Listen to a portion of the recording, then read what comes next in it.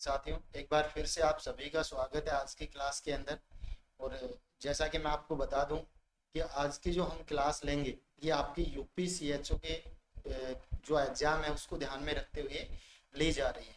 यानी UP CHO की आपके 5500 के आसपास पोस्ट आई हैं और उनके लिए हम आप लोगों से वन बाय वन एक एक करके हम कुछ इम्पोर्टेंट टॉपिक्स के बारे में डिस्कस करेंगे। तो अभी हम जो डिस्कस कर रहे हैं वो कम्युनिटी हेल्थ नर्सिंग यानी सीएचएन जो आपका सब्जेक्ट है उससे रिलेटेड है। और आपको जो टॉपिक आज पढ़ाया जाएगा उस टॉपिक का नाम है भाई वैक्सीन।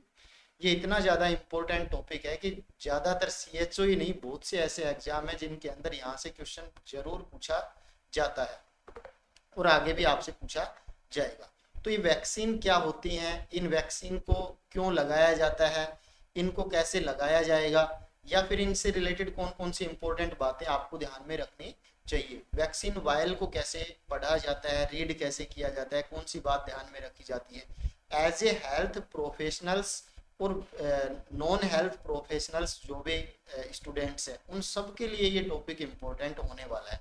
जैसा कि आपने देखा भी होगा कि कोरोना काल में बहुत ज़्यादा हमने वैक्सीन के बारे में सुना था। तो ये वैक्सीन हर आदमी के माइंड में एक क्वेश्चन आता है भाई कि वैक्सीन होते क्या है, ये बनते कैसे हैं, इनका काम क्या होता है।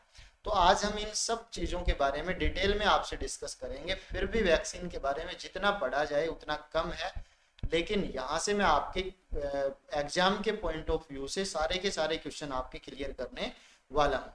तो अगर आप नए हैं तो इस वीडियो को शेयर करें, सब्सक्राइब करें, सारी चीज़ें आप लोग कर सकते हैं, कमेंट्स कर सकते हैं किसी क्वेश्चन के लिए, किसी स्पेसिफिक टॉपिक के लिए। तो बच्चों, बिना कोई डिले किए हुए हम वैक्सीन्स के बारे में आज डिस्कस करेंगे। अब सबसे पहले तो आप लोगों के मन में ये आ रहा होगा कि भाई ये वैक्सीन होते क्या है, कौन सी चिड़िया है जिसको हम वैक्सीन बोल रहे हैं। लगातार हमारे सुनने में आ रहा है और पिछले 3 सालों में तो बहुत ज़्यादा सुनने को मिला है। तो वैक्सीन ऐसे बायोलॉजिकल सब्सटेंस होते हैं जिनको ऐसे डिजाइन किया जाता है जिससे कि बॉडी के अंदर जब इनको हम इंट्रोड्यूस करेंगे तो ये किसी स्पेसिफिक डिजीज के प्रति हमारे अंदर इम्यूनिटी पावर डेवलप कर देंगे। ऐसे बायोलॉजिकल सब्सटेंस को आप लोग क्या बोलते हैं, वैक्सीन बोलते हैं। अब भाई बायोलॉजिकल मैंने क्यों बोला है, तो ये जो वैक्सीन है ये हमेशा प्रिपेयर की जाती है बायोलॉजिकल सब्सटेंस से। जैसे आप लोगों के बैक्टीरिया, वायरस, ये सब आपके अंदर डिजीज कोज करते हैं, तो इन्हीं बैक्टीरिया और वायरस को लेके ही आपकी वैक्सीन बनाई जाती है। कैसे बनाई जाती है मैं थोड़ी देर के बाद आपसे बात करूंगा। तो आप मेरी इस बात को याद रखें कि जो वैक्सीन है ये क्या है भाई, ये बायोलॉजिकल एजेंट है। और बायोलॉजिकल एजेंट है तो इन एजेंट्स को, ये एजेंट्स क्या करते हैं, ये बायोलॉजिकल एजेंट्स हैं, ये प्रोवाइड करते हैं, मैं शॉर्ट में लिख रहा हूं इन चीजों को, provide specific protection to a specific disease. किसी पर्टिकुलर स्पेसिफिक डिजीज के प्रति provide specific protection to a specific disease. किसी विशेष डिजीज के अगेंस्ट एक आपको क्या प्रोवाइड करते हैं, इम्यूनिटी प्रोवाइड करते हैं, प्रोटेक्शन प्रोवाइड करते हैं, आप लोग ये कह सकते हैं। ऐसे सब्सटेंस को आप वैक्सीन के नाम से जानते हैं।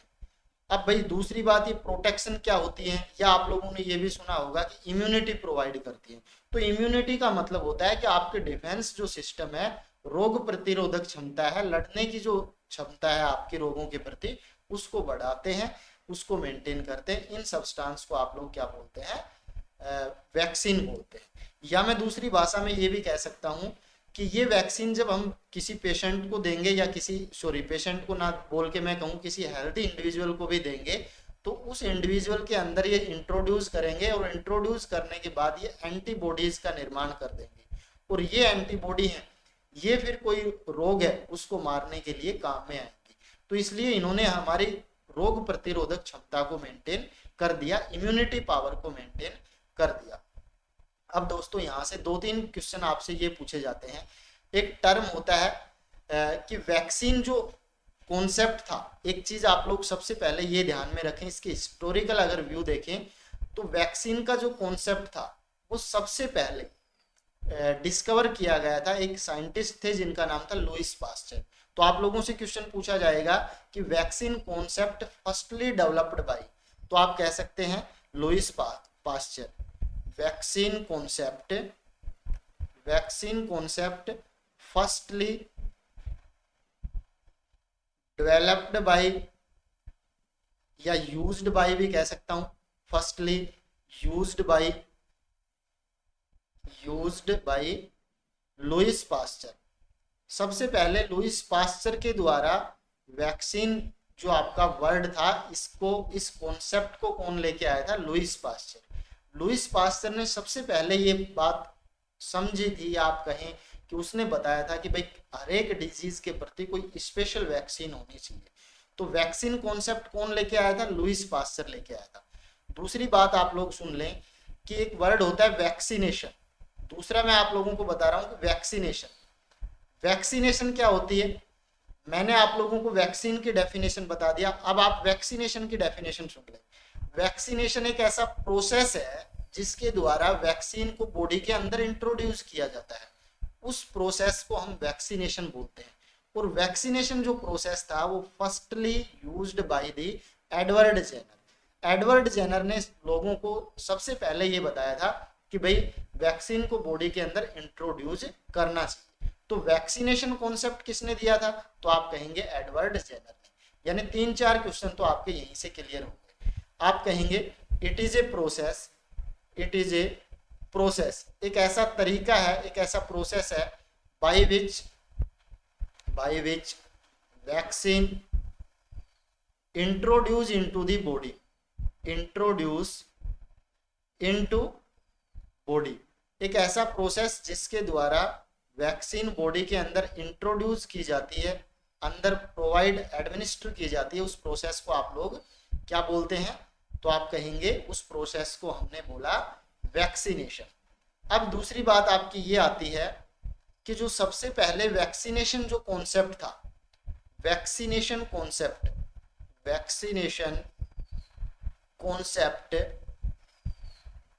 was used firstly by Edward Jenner ने सबसे पहले वैक्सीन शब्द को यूज किया था। किसने यूज किया था? तो आप कहेंगे एडवर्ड जेनर ने सबसे पहले वैक्सीनेशन शब्द को यूज किया था।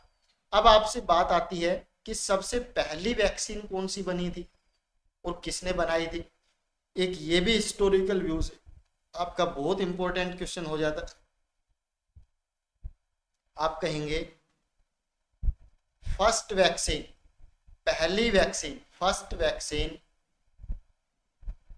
वाज डिस्कवर्ड बाय, सबसे पहली वैक्सीन डिस्कवर्ड किसके द्वारा की गई थी? तो आपका फिर अगेन आंसर आएगा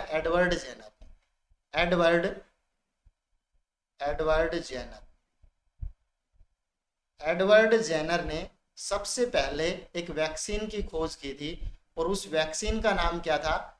उस वैक्सीन का नाम बताना आप, स्मॉल पोक्स वैक्सीन सबसे पहले लगभग आप लोग बताना 1798 के अंदर स्मॉल पोक्स वैक्सीन को डिस्कवर किया था। किसने डिस्कवर किया था? एडवर्ड जेनर ने। इसलिए फर्स्ट वैक्सीन भी बोला जाता है इसको क्या बोला जाता है? फर्स्ट वैक्सीन भी बोला जाता है। इसके अलावा नेक्स्ट आप लोग बताएं,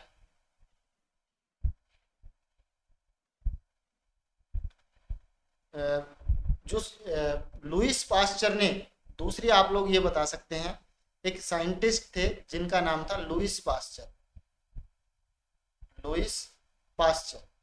तो लुईस पास्चर ने आपकी कौन सी वैक्सीन दी थी? अगर आपसे नाम पूछा जाए तो लुईस पास्चर बताना रेबीज और एंथ्रेक्स की वैक्सीन दी थी। रेबीज और एंथ्रेक्स की वैक्सीन दी थी सबसे पहले। लुईस पास्चर ने इन दो वैक्सीन्स के बारे में बताया था। और इन दोनों वैक्सीन्स को कब दिया था? तो आप लोग एक क्वेश्चन आप लोग से ये भी पूछा जा सकता है, तो आप लोग इसको बताएं 1885 के अंदर, 1885 के अंदर इस वैक्सीन के बारे में बताया था लुईस पास्चर ने। तो आप लोगों से पहले डिस्कवर वैक्सीन पूछा जाएगा तो आप कहेंगे स्मॉल पॉक्स। जिसको किसने बताया था? Edward Jenner. अच्छा, अब अगला क्वेश्चन आप लोग ये सुनना भाई, आप लोग मुझे कमेंट करके बताना, अगर आप लोग क्लास देख रहे हैं तो आप लोग मुझे बताएं कि स्मॉल पॉक्स जो डिजीज है ये इंडिया से कब इराडिकेट हो गई थी और वर्ल्ड से कब इराडिकेट हुई थी? इराडिकेट का मतलब है इसका एक भी केस देखने को ना मिला हो, ये बिल्कुल इराडिकेट हो गई हो, पूरे वर्ल्ड वाइड फिनिश हो गई। तो इंडिया के अंदर इराडिकेशन कब हुआ और वर्ल्ड वाइड इसका इराडिकेशन कब हुआ, ये आप लोग मुझे कमेंट करके बताना। ये क्वेश्चन आपसे पूछे जाएंगे, मैं लिख नहीं रहा हूं ताकि आप लोग थोड़ा सा कॉन्शियस रहें, इसलिए मैं आप लोगों को बोल रहा हूं कि आप भी एक्टिव रहें। दो क्वेश्चन आपसे पूछे, स्मॉल पॉक्स वैक्सीन इंडिया से कब इराडिकेट हुई, sorry small pox disease India से कब इराडिकेट हुई और small pox disease world wide eradication कब हुआ, ये दोनों क्वेश्चन इंपॉर्टेंट है। इसके बाद अब आप लोग एक वर्ड और जान ले, यहाँ पे मैंने आप लोगों को बताया वैक्सीन की परिभाषा, वैक्सीनेशन बताया, अब एक इम्यूनाइजेशन और सुन ले, इम्यूनाइजेशन का मतलब क्या होता है, क्योंकि बहुत से बच्चे इन सब चीजों के अंदर कंफ्यूज होते हैं, जब डेफिनेशन आती है तो इनमें मिक्स हो जाते हैं। इम्यूनाइजेशन क्या होता है? इम्यूनाइजेशन का मतलब होता है डेवलपमेंट ऑफ द एंटीबॉडी या development of the immune system. Defence mechanism को मेंटेन करना क्या कहलाता है? इम्यूनाइजेशन कहलाता है। आप लोगों ने देखा भी होगा कि इम्यूनाइजेशन शेड्यूल है हमारा एक, और उस इम्यूनाइजेशन शेड्यूल के अकॉर्डिंग ही हम बच्चों को एक पर्टिकुलर एज के हिसाब से टीके लगाते चले जाते हैं। उस प्रोसेस को आप लोग क्या बोलते हैं? इम्यूनाइजेशन। और ये प्रोसेस क्या करता है? तो आप कहेंगे डिफेंस मैकेनिज्म मेंटेन करता है। तो मैं आप लोगों को यहाँ पे कह सकता हूँ डेवलप इम्यूनिटी, डेवलप इम्यूनिटी एक ऐसा मैकेनिज्म जिसके द्वारा इम्यूनिटी डेवलप की जाती है, डिफेंस मैकेनिज्म डेवलप किया जाता है, उसको हम क्या बोलते हैं? इम्यूनाइजेशन। एक ऐसा प्रोसेस जिसके द्वारा वैक्सीन इंट्रोड्यूस की जाती है बॉडी के अंदर, दैट इज वैक्सीनेशन। और वैक्सीन एक ऐसा बायोलॉजिकल एजेंट जो हमारी बॉडी में जाने के बाद एंटीबॉडी बना देता है, दैट इज वैक्सीन। तीनों ही चीजें, तीनों ही कॉन्सेप्ट आपको मिल गए हैं, आप क्लियर हो गए होंगे। मुझे ऐसा लगता है कि आप लोगों को अच्छे से ये चीज समझ में आ गई होगी। अब मैं आगे चलता हूँ भाई, वैक्सीन हो गई, वैक्सीनेशन हो गया, इम्यूनाइजेशन के बारे में थोड़ा सा बात कर ली। अब बात आती है टाइप्स ऑफ वैक्सीन। भाई आप लोगों से अगर ये पूछ लिया जाए कि वैक्सीन कितने टाइप्स की होती है, टाइप्स ऑफ वैक्सीन, तो आप लोग बच्चों बताना, दो टाइप की वैक्सीन होती हैं, एक होती है लाइव वैक्सीन और एक होती है किल्ड वैक्सीन, या हम इसको लाइव अटेनुएटेड वैक्सीन भी बोल सकते हैं। लाइव अटेनुएटेड, या आप दूसरा कह सकते हैं किल्ड वैक्सीन। किल्ड वैक्सीन, दो टाइप की वैक्सीन आप लोगों को देखने को मिलती है, लाइव अटेनुएटेड और किल्ड वैक्सीन। मार्केट के अंदर ये दो प्रकार की वैक्सीन होती हैं। अब आपसे क्वेश्चन ये पूछा जाता है कि सर हमसे क्या क्वेश्चन पूछा जाएगा, हमारे रिलेटेड क्या इंपॉर्टेंट बात है, तो सुन लो एक बार। आपसे जब एग्जाम में आता है तो आपसे क्वेश्चन ये पूछा जाता है कि इनमें से कौन सी वैक्सीन है वो लाइव वैक्सीन का एग्जाम्पल है, इनमें से कौन सी वैक्सीन है जो किल्ड वैक्सीन का एग्जाम्पल है। तो इनको याद करना थोड़ा सा टिपिकल हो जाता है। इसको आसान शब्दों में अगर मैं कहूँ, इसको आसान मैंने बना दिया, इसके लिए मैं एक शॉर्ट टर्म आप लोगों के लिए लेके आया हूँ, और उस शॉर्ट टर्म का नाम है कि इनको याद कैसे किया जाए ताकि आप लोगों के लिए आसान हो जाए। तो आप लोग बताना कि जो लाइव वैक्सीन होती है ना बच्चों, इस लाइव वैक्सीन के लिए मैं पेन चेंज कर लेता हूँ, एक शॉर्ट टर्म है और उस शॉर्ट टर्म को याद करें। लाइव जो वैक्सीन है आपका, इस लाइव वैक्सीन के लिए मैंने शॉर्ट टर्म बनाया है, तो इसको बोले आप boy love the crime, boy love the crime, boy love the crime. तो आप लोगों को समझ में आया होगा, ये बहुत अच्छे से आपको याद हो गया होगा, क्योंकि बच्चों को जो ये यंग एज होती है ना, इसके अंदर इस चीज की ओर आजकल अगर आप देखें तो बहुत ज्यादा अट्रैक्ट होते हैं बच्चे, क्योंकि इसके अंदर मेहनत कम होती है और आनंद ज्यादा आता है, ऐसा हो सकता है, इसीलिए अट्रैक्ट होते होंगे। तो आप लोगों को याद भी रहेगा ये बॉय लव द क्राइम। अब जो ये मैंने कैपिटल लेटर लिखे हैं ना, ये सारे एक एक करके नीचे लिख देना और उनका मतलब मैं आपको समझाऊंगा। और ये दी है ना, इसमें ओनली टी को यूज किया जाएगा, बाकी सब के अंदर एक एक लेटर को यूज किया जाएगा। तो जब भी लाइव वैक्सीन की बात आएगी कि लाइव वैक्सीन का एग्जाम्पल कौन सा है, तो मेरे प्यारे बच्चों आप लोग क्या याद रखेंगे, बॉय लव द क्राइम। आपको बहुत अच्छे से याद होगा बच्चों, बॉय लव द क्राइम। एक दो बार इसको रिपीट करें आप लोग मेरे साथ साथ, बॉय लव द क्राइम। अब ट्रेंड चेंज हो गया है, बच्चे किससे प्यार कर रहे हैं, क्राइम से प्यार कर रहे हैं। ये क्राइम कोई लड़की नहीं है, क्राइम वही क्राइम है जो आप लोग समझते हैं। इसके बाद भाई किल्ड वैक्सीन है, बात ये आती है सर किल्ड वैक्सीन का जो आपका टर्म है वो भी बताया जाए ताकि हमें अच्छे से याद हो जाए। तो आप लिखना, परी चोर थी दिल्ली में। परी एक लड़की का नाम है और ये परी है बच्चों, ये परी चोर थी, परी चोर थी दिल्ली में। तो आप कहेंगे परी चोर थी दिल्ली में, परी चोर थी दिल्ली में। इसको याद रखेंगे, ये भी आपको याद रहेगा क्योंकि एक लड़की है और लड़की का नाम बहुत अच्छा नाम है, लेकिन करती क्या है उसके ऊपर जाइए, परी चोर थी दिल्ली में। दोनों चीजें याद रहेंगी, बॉय लव द क्राइम और परी चोर थी दिल्ली में। अब हम इनको लिख लेते हैं, कैसे याद होंगे आपके, बहुत ही आसान करके मैंने आप लोगों को बता दिया है। अब पहला आ जाए आप लोग, देखो यहाँ पे देखना आप लोग, मैं लिख देता हूं, आप लोग याद रखना, BOY boy, LOVE boy love, उसके बाद दी, बॉय लव दी, और क्राइम, क्राइम बोले तो आप लोग कहेंगे boy love the crime, boy love the तो आप कहें crime, CRIME, boy love the crime. ये लव एक साथ भी लिख सकते हैं। चलो अब हम यहां से बात कर लेते हैं, चलो एक इसको मैं थोड़ा सा ठीक कर देता हूं।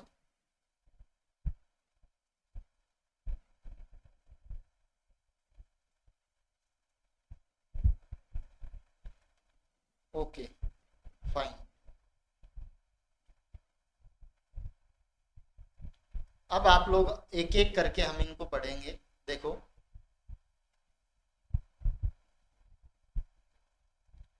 बी बोले तो बी से आपका क्या होगा, BCG वैक्सीन। एक वैक्सीन का नाम सुना होगा आपने, BCG। BCG का पूरा नाम भी पूछा जाता है, bacilli Calmette Guérin, BCG vaccine है।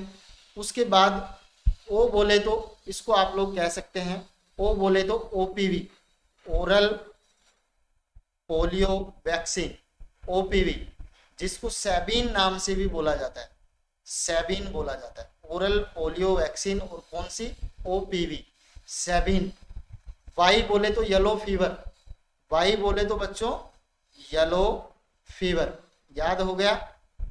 इसके बाद लव बोले तो आप कहेंगे लव दी, तो लव दी का मतलब क्या है, टाइफॉइड, बॉय लव दी, ये दोनों एक साथ है, बॉय लव दी। तो आप क्या कहेंगे, बॉय किससे लव कर रहा है, तो आप कहेंगे टाइफॉइड, टी से बोले तो टाइफॉइड, टाइफॉइड वैक्सीन। उसके बाद नेक्स्ट अब हम आगे चलते हैं, सी बोले तो सी आप लोग बोलना चिकन पॉक्स, सी से बोले तो चिकन पॉक्स। वेरी गुड बच्चों, प्यारे बच्चों ये याद रखेंगे, चिकन पॉक्स। आर बोले तो रूबेला, रूबेला, रूबेला वैक्सीन। आई बोले तो इन्फ्लुएंजा वैक्सीन, इन्फ्लुएंजा वैक्सीन। और एम बोले तो measles vaccine, measles mumps, measles और मम्प्स वैक्सीन। ई बोले तो epidemic typhus, epidemic, epidemic typhus. ये सारी वैक्सीन्स आप लोग याद रखें, बॉय लव द क्राइम नाम से याद रखेंगे। एक बार वापस मैं आपको बता देता हूँ। बी बोले तो बीसीजी वैक्सीन, ओ बोले तो ओरल पोलियो वैक्सीन जिसको आप सेबिन नाम से याद रखते हैं, ये भी क्वेश्चन पूछा जाता है। वाई बोले तो yellow fever vaccine, love the typhoid vaccine, crime C chicken pox vaccine, R rubella vaccine, I influenza vaccine, M measles vaccine, mumps vaccine, E epidemic typhus. Epidemic का मतलब बहुत से लोगों में एक साथ फैलता है, तो इसको एपिडेमिक टाइफस बोलते हैं। तो ये आप लोग, ये जितनी भी वैक्सीन है ये सारी लाइव वैक्सीन है। अब आप लोगों को लाइव का मतलब समझना चाहिए कि लाइव किनको कहेंगे और किल्ड किनको कहेंगे। तो आप लोग मेरा एक कॉन्सेप्ट सुने कि जब वैक्सीन बनाई जाती है तो उसी बैक्टीरिया या वायरस से बनाई जाती है। किसी बैक्टीरिया या वायरस के अंदर, मैं यहाँ पे लिख देता हूँ वैक्सीन का फॉर्मेशन, मैं यहाँ पे एक टर्म दे देता हूँ वैक्सीन फॉर्मेशन, ऐसे लिख देता हूँ। तो आप लोग देखें वैक्सीन को किससे बनाया जाता है? पैथोजेंस से। ये पैथोजेंस आपके क्या हो सकते हैं? ये पैथोजेंस आपके बैक्टीरिया हो सकते हैं, ये पैथोजेंस आपके वायरस हो सकते हैं, कुछ भी हो सकता है। तो इन्हीं पैथोजेंस से वैक्सीन का निर्माण किया जाता है। इस पैथोजन के अंदर क्या पाई जाती हैं? दो चीजें पाई जाती हैं। एक होती है पैथोजेनेसिटी, एक होती है पैथोजेनेसिटी, और एक होती है इम्यूनोजेनेसिटी। इम्यूनोजेनेसिटी बच्चों बहुत अच्छी चीज है, आप लोगों ने, बहुत कम बच्चों ने सुनी होगी कि पैथोजेंस के अंदर, या मैं कहूं बैक्टीरिया वायरस के अंदर जो दो चीजें पाई जा सकती हैं, एक पैथोजेनेसिटी और एक इम्यूनोजेनेसिटी। इस पैथोजेनेसिटी का मतलब होता है रोग क्षमता, रोग फैलाने वाली क्षमता, और इस इम्यूनोजेनेसिटी का मतलब होता है कि रोग प्रतिरोधक, रोग को कम करने वाली क्षमता। अब क्या किया जाएगा? लैबोरेटरीज के अंदर, लैब के अंदर इस पैथोजेनेसिटी को क्या कर दिया जाएगा? खत्म कर दिया जाएगा किसी केमिकल एजेंट्स के द्वारा या रिएक्शंस के द्वारा, और ओनली इम्यूनोजेनेसिटी को क्या किया जाएगा? यूज किया जाएगा। और इस इम्यूनोजेनेसिटी से क्या बनाया जाएगा? वैक्सीन बनाई जाएगी। तो इसी को आप लोग बोलते हैं कि वैक्सीन का फॉर्मेशन हो गया। लेकिन अब दो चीजें आती हैं कि अगर किसी बैक्टीरिया या वायरस को मार दिया जाता है और फिर उसकी इम्यूनोजेनेसिटी को काम में लिया जाता है तो उसको किल्ड वैक्सीन बोलते हैं। किल्ड का मतलब क्या होता है? मारना। लेकिन अगर किसी बैक्टीरिया वायरस को अटेन्युएटेड कर दिया जाता है, अटेन्युएटेड का मतलब होता है कि उसको इतना मारा पीटा जाता है कि अब वो रोग फैलाने की स्थिति में नहीं है और उसकी जो प्रेजेंस है वो लाइव भी है, तो लाइव यूज कर लिया जाता है, लेकिन वो रोग फैलाने में सक्षम नहीं है, इसलिए उसको लाइव एटेन्युएटेड वैक्सीन बोल दिया जाता है। तो आई होप कि आप लोगों को ये समझ में आ गया होगा कि लाइव वैक्सीन क्या होती है और किल्ड वैक्सीन क्या होती है। तो आप लोगों को ये कॉन्सेप्ट भी समझ में आ गया होगा। अब मैं आपसे दूसरा जो किल्ड वैक्सीन है उसके जो मैंने आपको टर्म बताया था, शॉर्ट टर्म, उसको कैसे याद रखेंगे, तो उसके लिए मैंने आप लोगों को बताया था कि परी चोर थी दिल्ली में। इसको भी लिख लेते हैं बेटा, परी, पी बोले तो PARI, परी नाम था किसी का, और परी क्या थी भाई? चोर थी। परी चोर थी, कहां पे थी? दिल्ली में। परी चोर थी दिल्ली में, दिल्ली में। तो यहां से आप लोग याद रखेंगे, इसके मैं एक एक टर्म आपको बता देता हूं कैसे याद रखेंगे। तो बताओ भाई, पी बोले तो पी से आप लोगों को याद आ रहा होगा IPV, यहां से पी से पोलियो मत कर देना, पी वहां पे आ लिया। IPV इसको बोलते हैं इनएक्टिवेटेड पोलियो वैक्सीन। अब आपसे दो क्वेश्चन, क्या कई क्वेश्चन बन गए, एक होती है ओरल पोलियो वैक्सीन, एक होती है inactivated polio vaccine. Oral polio vaccine का नाम सेबिन था, इसका नाम होता है साल्क, इसका नाम दूसरा क्या होता है? Salk vaccine. ये कोई साइंटिस्ट थे, उन्होंने बनाया था, उनके नाम से इनको याद किया जाता है। इसके अलावा पी से आप लोग याद रखेंगे पर्ट्यूसिस, जो पर्ट्यूसिस है उसकी जो वैक्सीन है, ये दोनों पी से याद रखेंगे और दोनों ही कैसी हैं? किल्ड वैक्सीन है। ए बोले तो ए से आप लोग याद रखेंगे hepatitis A, hepatitis A. R से बोले तो आर से याद कर लेना बच्चों रेबीज, रूबेला नहीं, रूबेला उसमें आया था, थोड़ा सा याद रखना पड़ेगा। तो आर से बोलोगे रेबीज। उसके बाद आई, और आई से आप लोगों को समझना है इन्फ्लुएंजा किल्ड। इन्फ्लुएंजा दो वैक्सीन आती हैं, इन्फ्लुएंजा लाइव वैक्सीन और इन्फ्लुएंजा किल्ड वैक्सीन, तो दोनों में ही आएंगी आई।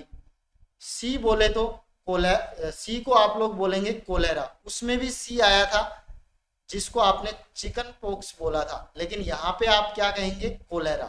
और टी, टी बोले तो आप कहेंगे typhi M, typhi M.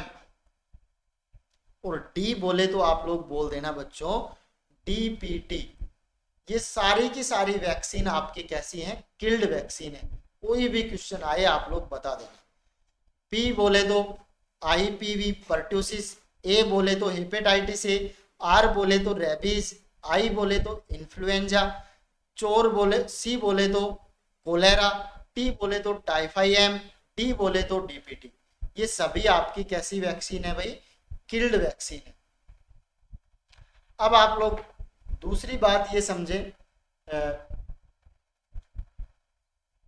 Vaccine के टाइप हो गए भाई कि कौन कौन सी वैक्सीन है, इसके बारे में होगा। अब आप लोगों से अगला क्वेश्चन ये पूछा जा सकता है, एक इंपॉर्टेंट चीजें, की पॉइंट्स लिख देता हूं मैं यहाँ पे, की पॉइंट्स। तो ये की पॉइंट्स भी याद कर लेना, एक दो की पॉइंट्स हैं जो आप लोगों को ध्यान में रखने चाहिए। क्या की पॉइंट्स है भाई, कि आपने दो चीजें पढ़ी, लाइव वैक्सीन और किल्ड वैक्सीन। तो एक बात तो आप ये समझ लें, कभी भी लाइव वैक्सीन, दो लाइव वैक्सीन को आपस में मिक्स नहीं किया जाएगा और एक साथ नहीं लगाया जाएगा। तो आप लोग कहेंगे कि सर फिर कैसे लगाया जाएगा, बात ये आती है।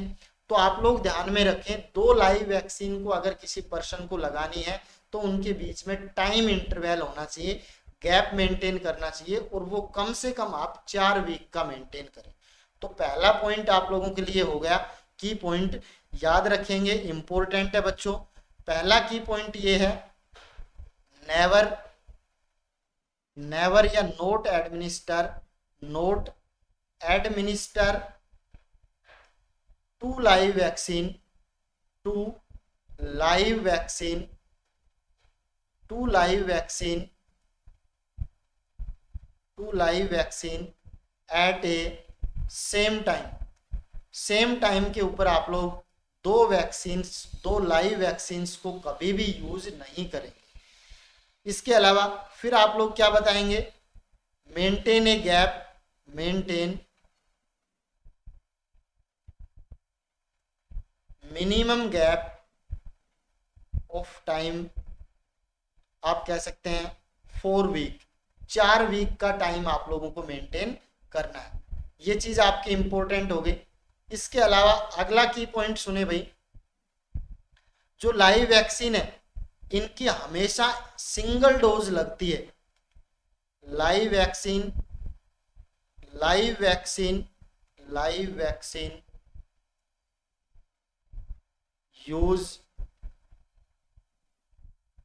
Single dose always except polio, except polio, polio vaccine. बहुत इंपॉर्टेंट क्वेश्चन है, पूछा जाएगा आप लोगों से, याद रखना। मैं इस लाइन को पढ़ लेना एक बार, क्या लिखा है मैंने, तो आप लोग देख लें एक बार। मैंने आप लोगों को बोला है कि लाइव वैक्सीन हमेशा सिंगल डोज यूज की जाती है, हमेशा, ऑलवेज एक्सेप्ट पोलियो वैक्सीन, एक वैक्सीन को छोड़ के। आपने देखा होगा पोलियो वैक्सीन की 1 से ज्यादा डोज दी जाती है, इसके अलावा किसी भी लाइव वैक्सीन की 1 से ज्यादा डोज नहीं लगाई जाती है। इंपॉर्टेंट क्वेश्चन है, याद रखना। इसके अलावा नेक्स्ट मैं आप लोगों से बात कर रहा हूं कि जो अगला मेरा पॉइंट है, इनको स्टोर है ना, इन वैक्सीन को, लाइव वैक्सीन को बहुत ही प्रॉपरली स्टोर किया जाता है, ये चीज भी आप लोग ध्यान में रखेंगे। इसके अलावा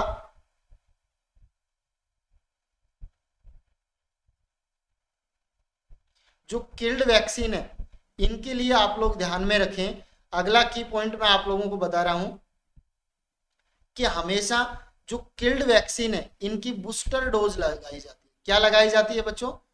बूस्टर डोज भी लगाई जाती है। तो इसको आप लिख दें, in most cases, in most cases, in most cases killed vaccine, most cases killed vaccine required, तो आप क्या कहेंगे? Booster dose, booster dose. क्योंकि जो ये इम्यूनिटी है ये कुछ महीने से लेके सालों तक इम्यूनिटी प्रोवाइड कर सकती है, तो उसी के अकॉर्डिंग कितने दिन इम्यूनिटी प्रोवाइड करेगी, इस आधार पे हम इसकी क्या लगाते हैं? बूस्टर डोज भी लगाते हैं। ये क्वेश्चन भी आपका बहुत इंपॉर्टेंट हो जाता है। किल्ड वैक्सीन की ही हमेशा बूस्टर डोज रिक्वायर हो सकती है।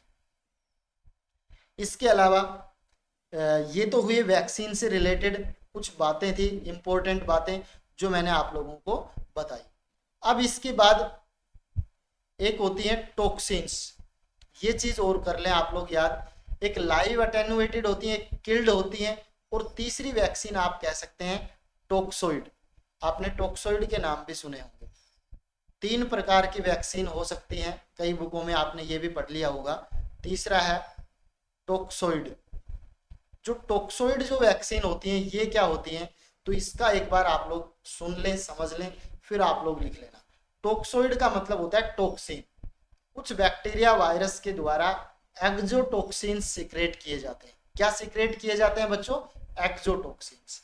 और ये एक्सोटॉक्सिन्स हैं, इन एक्सोटॉक्सिन्स में से इनको आप लोग ये बोल सकते हैं डिटॉक्सिफाई कर दिया जाता है, इनको क्लीन कर लिया जाता है, और डिटॉक्सिफाई करने के बाद इनको बॉडी में इंट्रोड्यूस किया जाता है। ये प्रोसेस, और फिर ये एंटीबॉडी प्रोवाइड करते हैं, इसलिए इनको टॉक्सोइड कहते हैं। तो आप लोग ये भी याद रखें कि सर्टेन ऑर्गेनिज्म, मैं कह सकता हूं यहां पे certain organism, certain organism, certain organism produce exotoxin, exotoxin, and these toxin and these toxin are detoxified,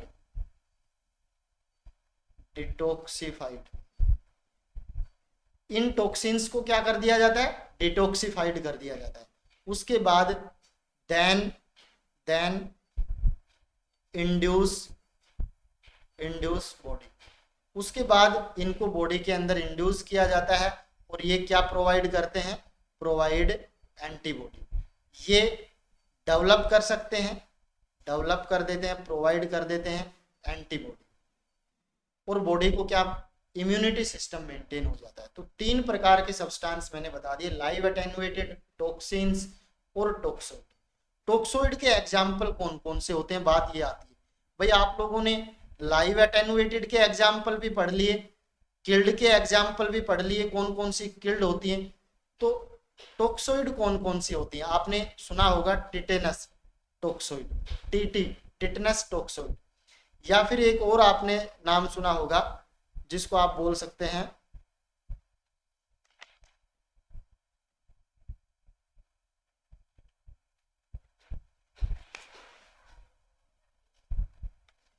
एक मेरे माइंड से मिस हो गया, टिटनस है,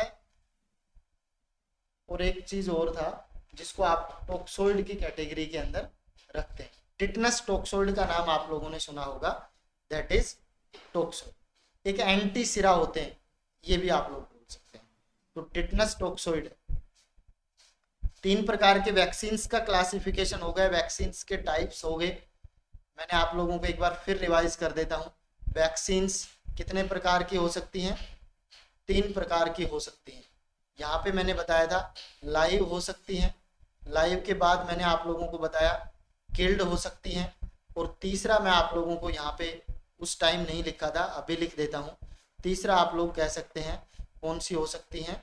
थर्ड नंबर आप टॉक्सोइड बोल सकते हैं, टॉक्सोइड। 3 प्रकार की वैक्सीन हमने पढ़ ली। अब भाई बात ये आती है इन वैक्सीन को स्टोर कैसे किया जाता है। इनके लिए एक टेम्परेचर होता है जिसको आप लोग, या आप लोग ये कह सकते हैं इनको मेंटेन किया जाता है स्टोरेज के लिए। तो एक नाम सुना होगा आपने, कोल्ड चेन, इसका नाम सुना होगा, ये भी पढ़ लेते हैं, एग्जाम में पूछा जाता है कोल्ड चेन। कोल्ड चेन क्या होती है, आओ जानकारी करें।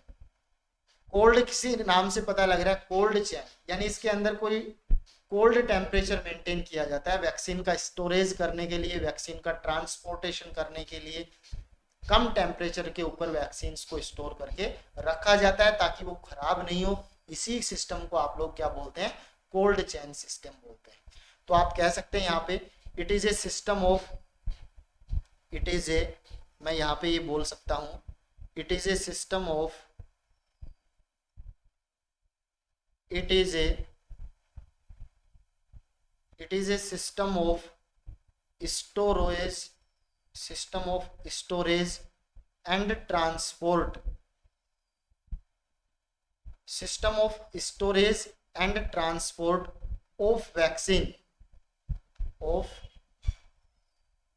vaccine at low temperature from manufacturer to the vaccination site, from manufacturer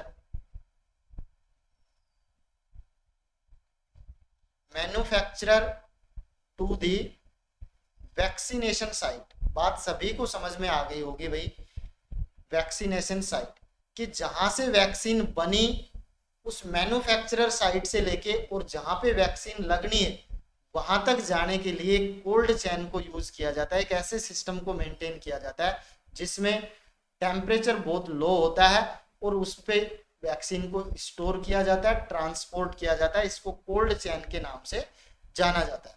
यानी सभी वैक्सीन किसी ना किसी टेम्परेचर के ऊपर स्टोर रहती हैं। उसके बाद आपसे जो क्वेश्चन पूछे जाते हैं 1 बाय 1 इंपॉर्टेंट पॉइंट्स, तो उसके अंदर आप लोग ध्यान में रखें। टेम्परेचर से रिगार्डिंग बात कर लेते हैं। तो यहाँ पे बताएं आप लोग कि एक वैक्सीन है जिसको फ्रीजर कंपार्टमेंट में रखा जाता है, किसी को कोल्ड कंपार्टमेंट में रखा जाता है। तो ये क्वेश्चन आपसे पूछा जाता है। तो फ्रीजर कंपार्टमेंट मैं यहाँ पे लिख दिया, vaccine store in freezer compartment, वो वैक्सीन जो फ्रीजर कंपार्टमेंट में रखी जाती हैं उन वैक्सीन्स के नाम बताओ जिनको फ्रीज किया जा सकता है, जमाया जा सकता है, यानी फ्रीजर वाले कंपार्टमेंट में रखी जाती है। तो आप 2 वैक्सीन का नाम लेंगे भाई, polio and measles. Very good. ये क्वेश्चन बहुत बार आपसे पूछे जाते हैं कि which of the following vaccine are heat sensitive vaccine. तो आप हमेशा कहेंगे पोलियो, और पोलियो नहीं होगा तो मीजल्स। ये क्वेश्चन आपसे पूछा जाता है। बहुत हीट सेंसिटिव वैक्सीन है, इसलिए इनको कहाँ पे रखा जाता है भाई, वैक्सीन के जो फ्रीजर कंपार्टमेंट आता है वहां पे रखा जाता है, कोल्ड चेन के अंदर। अब मैं यहाँ पे एक क्वेश्चन लिख देता हूँ जो मैंने अभी आप लोगों को बताया है। मैं देखो क्वेश्चन भी आप लोगों के साथ साथ लेके चल रहा हूँ। आप लोग कहेंगे, क्वेश्चन है मेरा, which of following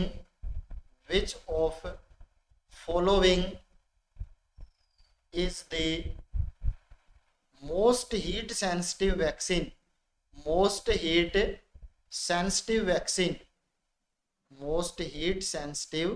vaccine। बच्चों ये टॉपिक पढ़ाने के बाद इससे रिलेटेड मैं क्वेश्चन डिस्कस करूंगा आप लोगों से, तो वो भी सुनना आप लोग और पढ़ लेना ताकि उनका आप आंसर दे सके।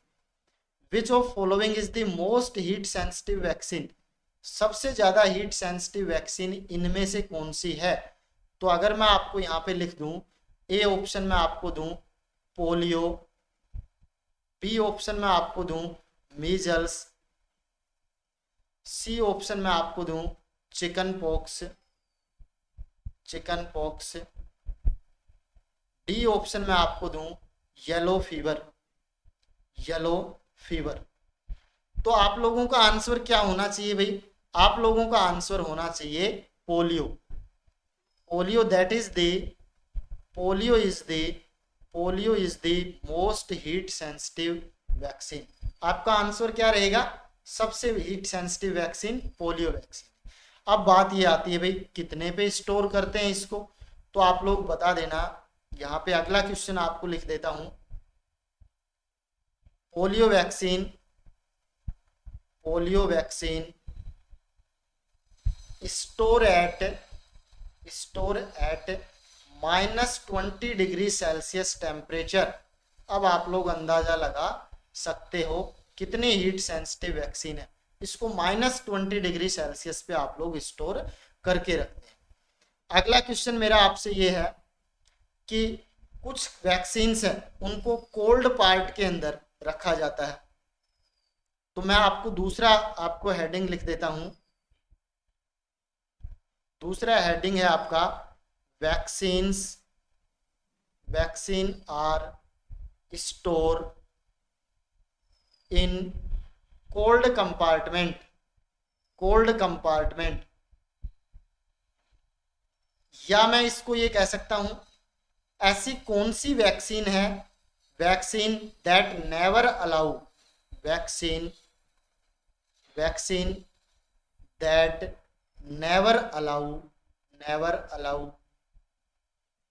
To freezing. मैं ये कह सकता हूं टू फ्रीजिंग। वो कौन सी वैक्सीन है जिनको फ्रीजिंग नहीं किया जा सकता है, कभी भी नहीं करना चाहिए?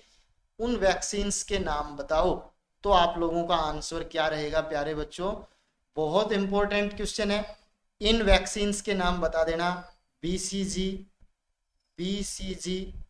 DPT, इसके अलावा आप लोग बोलना DT, डिप्थीरिया टोक्सोइड। मैंने आप लोगों को अभी बोला था थोड़ी देर पहले कि एक टोक्सोइड और होता है, तो वो डिप्थीरिया टोक्सोइड और टिटेनस टोक्सोइड। आ गया आपका एग्जाम्पल वो भी। ये ऐसी वैक्सीन है जिनको कभी भी फ्रीजिंग कंपार्टमेंट में नहीं रखा जाता है। कहाँ रखा जाता है? तो कहेंगे कोल्ड कंपार्टमेंट के अंदर रखा जाता है। इसके अलावा टाइफॉइड, ये सारी वैक्सीन आप लोग फ्रीजर कंपार्टमेंट के अंदर रखेंगे। अब आपने एक चीज और देखा होगा, इस BCG को मिक्स करने के लिए आप नॉर्मल सलाइन यूज करते हैं मोस्टली। आपसे पूछा जाता है डाइल्यूशन के लिए कौन सा सब्सटेंस यूज किया जाता है, तो आप क्या बोलना? नॉर्मल सलाइन यूज किया जाता है। अब BCG को डाइल्यूट करने के बाद इसको कितने समय तक यूज कर सकते हैं? तो बेस्ट रहेगा आप विदिन 6 आवर्स के अंदर इसको यूज कर लें। अगर डाइल्यूशन के बाद आपको 6 घंटे हो गए तो इसको आप डिस्कार्ड कर दें, अदरवाइज आपकी वैक्सीन है वो इफेक्टिव नहीं होगी। ये चीज भी आप लोग याद रखें। उसके बाद अगला एक क्वेश्चन आप ये कह सकते हैं की पॉइंट में ही, वैक्सीन है इनको आप हीट से आप लोग प्रोटेक्ट करें। तो आप लोग यहाँ पे बता दें vaccine must be protected from heat से प्रोटेक्ट करना है वैक्सीन को भाई। एंड एंटीसेप्टिक्स, कभी भी एंटीसेप्टिक्स यूज नहीं करने हैं, एंटीसेप्टिक्स नहीं डालें उसके ऊपर। तो यहाँ पे आप ध्यान रखिए vaccine must be protected from heat और एंटीसेप्टिक। ऐसा नहीं हो वैक्सीन के अंदर आप कोई एंटीसेप्टिक मिला दें, ये आप लोग ध्यान में रखेंगे। इसके अलावा हेल्थ सेंटर के अंदर जो वैक्सीन है वो vaccine most of vaccines 5 week के लिए स्टोर होती हैं। 5 वीक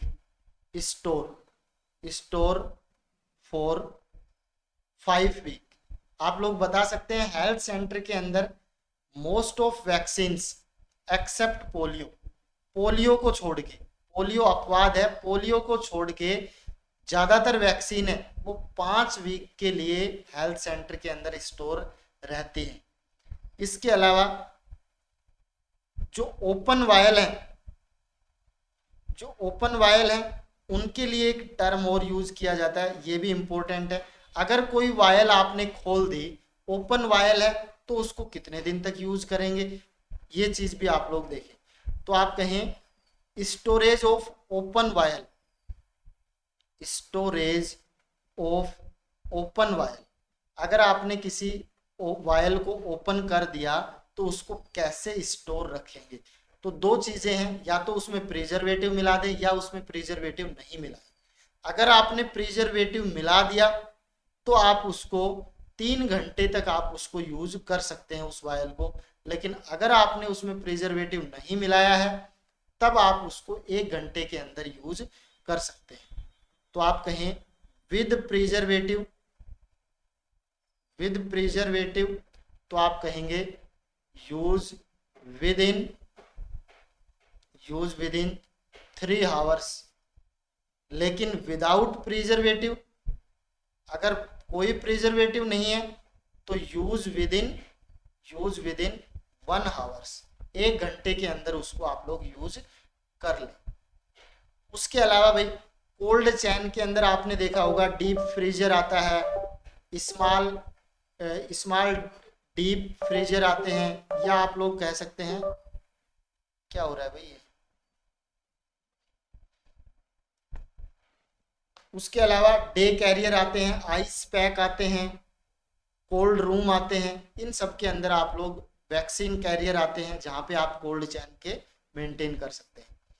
अब वैक्सीन को पढ़ने के लिए कि वैक्सीन खराब हुआ है या वैक्सीन को यूज करें या नहीं करें, ये टॉपिक बहुत इंपॉर्टेंट है। इसके लिए एक पैमाना आता है, उस पैमानों को आप याद रखना पड़ेगा कि कौन सी वैक्सीन को हमें यूज करना चाहिए, कौन सी वायल को यूज करना चाहिए, कौन सी वायल को नहीं यूज करना चाहिए। ये आप लोगों के लिए बहुत ही इंपॉर्टेंट बात है कि वैक्सीन को जब भी यूज करेंगे तो उस पैरामीटर को आपको चेक करना होगा। मेरा कहने का मतलब ये है आपसे। कौन सा पैरामीटर है, तो आप लोग देख लें, यहाँ पे एक होता है वीवीएम, वैक्सीन वायल मॉनिटरिंग। इसको आप लोग देखें, ये वेरी वेरी इंपॉर्टेंट है। वीवीएम, इसकी फुल फॉर्म आपसे पूछी जाए वीवीएम क्या होता है, तो आप कहेंगे वैक्सीन वायल मॉनिटरिंग। भाई वैक्सीन की जो वायल है उसका मॉनिटरिंग किया जाता है और उसी को वीवीएम बोला जाता है। मॉनिटरिंग करने के बाद आप लोगों को समझ में आएगा कि इस वैक्सीन को यूज करना है या नहीं करना। अब ये वीवीएम क्या होता है, इसके बारे में 2-3 चीजें सुन लें। जो ये वीवीएम है, ये क्या होता है, वैक्सीन्स के ऊपर, जो भी वैक्सीन्स हैं बच्चों, इन वैक्सीन के ऊपर एक लेबल लगा होता है। क्या लगा होता है, लेबल। और ये लेबल है, ये बहुत ही ज्यादा मोस्ट कह सकते हैं या वेरी सेंसिटिव कह सकते हैं, वेरी सेंसिटिव टू हीट। ये हीट के प्रति बहुत सेंसिटिव होता है। एक बार फिर से सुन ले, दोबारा सुन ले कि सर समझ में नहीं आया, मतलब क्या है वो नहीं समझे, तो एक बार दोबारा से देखें और थोड़ा सा आसान बना देता हूं कि वैक्सीन वायल मॉनिटरिंग किसी भी वैक्सीन की वायल को या किसी भी उस वायल के अंदर जो वैक्सीन है वो सही है या नहीं है, खराब तो नहीं हो गया, इस चीज को पता लगाने के लिए उसके ऊपर एक लेबल लगा होता है। उस लेबल को बोलते हैं वैक्सीन वायल मॉनिटरिंग। और वो लेबल कुछ इस तरह का होता है बच्चों, इस तरह का लेबल होता है, उसका कलर होता है इस तरह से। बात समझ में आ गई? इस तरह का एक कलर होता है जिसको आप बोलते हैं वैक्सीन वायल मॉनिटरिंग। तो ये लेबल, जिसको मैंने क्या बोला है, लेबल, कि एक लेबल लगा होता है वैक्सीन के ऊपर। और ये लेबल है ना, ये लेबल है, ये बहुत ज्यादा सेंसिटिव है हीट के प्रति। अगर इस लेबल के ऊपर थोड़ा सा भी हीट पड़ेगा तो ये सेंसिटिव हो जाता है, और बहुत ज्यादा हीट पड़ेगा तो ये अपना कलर चेंज कर देगा, और कलर चेंज कर देगा तो आपको पता लग जाएगा कि वैक्सीन खराब हो चुका है, इसको यूज नहीं करना चाहिए। या फिर आप कहेंगे कि वैक्सीन एक्सपायर हो चुका है, इसको यूज नहीं करना चाहिए, ये आपको बता देगा। तो आपको इस कलर को मॉनिटर करते रहना है। अब मैं आपको एक डायग्राम दिखाता हूं प्यारे बच्चों, उस डायग्राम को एक बार आप लोग देख लें। और वो डायग्राम आपका क्या है, तो यहाँ पे देखें, एक बार, एक मैंने यहाँ पे दिखाया है, देखो आप लोगों को स्क्रीन पे दिख रहा होगा, जो मैंने अभी आप लोगों को मैं बोल रहा था वो यही था। इसके ऊपर देखिए, जो ये है आपका एक सर्किल होगा, और उस सर्किल के अंदर आपको स्क्वायर दिख रहा होगा, और उस स्क्वायर का कलर है वो व्हाइट है, और सर्किल का कलर है वो थोड़ा डार्क है। यानी मैं ये कह सकता हूं square is lighter than the circle. अगर इनर स्क्वायर लाइटर है देन आउटर सर्किल, बाहर वाले सर्किल से अगर अंदर वाला जो ये स्क्वायर है ये लाइटर है, इसका मतलब ये है कि आपकी वैक्सीन है वो सही है, प्रॉपर है, उसको यूज किया जा सकता है। मैंने राइट का निशान लगा रखा है। तो वैक्सीन के ऊपर आपको कैसा दिखेगा, इस तरह का डायग्राम दिखेगा कि बाहर वाला स्क्वायर है, सॉरी इनर स्क्वायर है वो लाइटर होगा, बाहर वाला सर्किल है वो क्या होगा, डार्क होगा। उसके अलावा दूसरा यहाँ पे देखें, जो सर्किल है वो डार्क है, लेकिन जो स्क्वायर है वो पहले की तुलना में थोड़ा सा डार्क हो गया, लेकिन अभी भी जो सर्किल है उससे ज्यादा लाइटर है। तो ऐसी कंडीशन में भी आप लोग वायल को यूज कर लेंगे, आपकी वैक्सीन खराब नहीं हुई है। लेकिन तीसरी कंडीशन देखना, आपको सर्किल के अंदर जो लाइट आपका स्क्वायर था वो नजर ही नहीं आ रहा, सारा का सारा आपको ब्लैक दिख रहा है, इसका मतलब आपकी वैक्सीन खराब हो चुकी है। इन्फॉर्म करें आप सुपरवाइजर को जाके, ये भी आपसे पूछा जा सकता है। अब आप इसको यूज नहीं करेंगे, मैंने क्रॉस का निशान आपको दिखाया है। अब आपसे अगर ये क्वेश्चन ऐसे पूछा जा सकता है कि एक नर्स है, उसने वीवीएम लेबल को देखा और उसने ऑब्जर्व किया कि only dark circle is observe by the nurse, what is the priority nursing action, तो आप कहेंगे इन्फॉर्म टू द सुपरवाइजर। इसके अलावा आप कहें कि अगर स्क्वायर है वो ज्यादा डार्क हो गया और आपका सर्किल है वो लाइट है उसकी तुलना में उल्टा हो गया, तब भी आपको वैक्सीन को यूज नहीं करना है। ये रीडिंग ही थी आपकी वीवीएम रीडिंग, कि वीवीएम को कैसे पढ़ा जाए, वैक्सीन की वायल मॉनिटरिंग जो है वो कैसे की जाए, ये मैंने आप लोगों को बता दिया। एक क्वेश्चन और देख लें बच्चों, यहाँ पे वैक्सीन का मैं दिखा देता हूँ, ये देखो एक बार देखना बच्चों, सभी भक्त एक बार इसके ऊपर ध्यान दे। ये वैक्सीन है, इस वैक्सीन के ऊपर देखो ये वाला कलर दिख रहा है, जहां पे मैं मार्क कर रहा हूं, जहां पे घुमा रहा हूं, ये वीवीएम लेबल है जो मैंने आपको बताया है। ये आपका क्या है, वीवीएम लेबल, और इसमें देखो स्क्वायर है वो लाइट है, सर्किल है वो थोड़ा सा डार्क है, इसका मतलब आप इसको यूज कर सकते हैं, आपकी वायल सही है। बहुत इंपॉर्टेंट टॉपिक था, मैंने आप लोगों से डिस्कस किया ये। इसके अलावा नेक्स्ट अब हम बात करते हैं, ये तो था हमारा वैक्सीन और वैक्सीनेशन से रिलेटेड कुछ बातें थी जो हमने इस लेक्चर के अंदर डिस्कस कर ली। अब जो हम इसके बाद अगला लेक्चर लेंगे वो आपकी इम्यूनिटी के ऊपर लेंगे। इसी तरह से हम 1 बाय 1 एक एक लेक्चर पढ़ेंगे और उनसे रिलेटेड क्वेश्चन भी आप लोगों से देखेंगे। एक दो क्वेश्चन मैं आप लोगों को बता देता हूँ कि आपने देखा होगा जो स्मॉल पॉक्स वैक्सीन है वो सबसे पहले डिस्कवर की गई थी, एडवर्ड जेनर के द्वारा की गई थी। डेट भी मैंने आप लोगों को बता दिया। उसके बाद मैं आपको बता रहा हूँ स्मॉल पॉक्स है वो इंडिया से इराडिकेट हो गया था 1977 के अंदर। उसके बाद वर्ल्ड के अंदर इराडिकेट हुआ था 1980 के अंदर। यानी आप कह सकते हैं इंडिया में स्मॉल पॉक्स का लास्ट जो केस था वो बिहार के अंदर 1977 में देखने को मिला था। उसके बाद इंडिया से खत्म हो गया। वर्ल्ड के अंदर लास्ट केस 1980 में देखने को मिला था। इसके अलावा आप कह सकते हैं ये पहले स्मॉल पॉक्स ओनली ऐसी डिजीज है जो वर्ल्ड वाइड इराडिकेट हो गई। प्रेजेंट सिचुएशन के अंदर स्मॉल पॉक्स का कोई भी केस कहीं भी देखने को नहीं मिलता है, वर्ल्ड वाइड ये इराडिकेट हो गई। इसके बाद जो वैक्सीन है इससे रिलेटेड अगर फर्स्ट वैक्सीन किसने डिस्कवर की थी तो भी आपका नाम आएगा, एडवर्ड जेनर। उसके बाद एक क्वेश्चन है कि the process of introduction of weekend pathogen in the human body is called, तो आप कहेंगे वैक्सीनेशन कहलाता है। उसके अलावा एक दो चीजें और आप लोगों को बता दूं मैं कि first vaccine develop by the Louis Pasteur, तो आप कहेंगे लुइस पास्चर के द्वारा फर्स्ट वैक्सीन कौन सी एडमिनिस्टर की थी, तो आपका आंसर होगा रेबीज की है।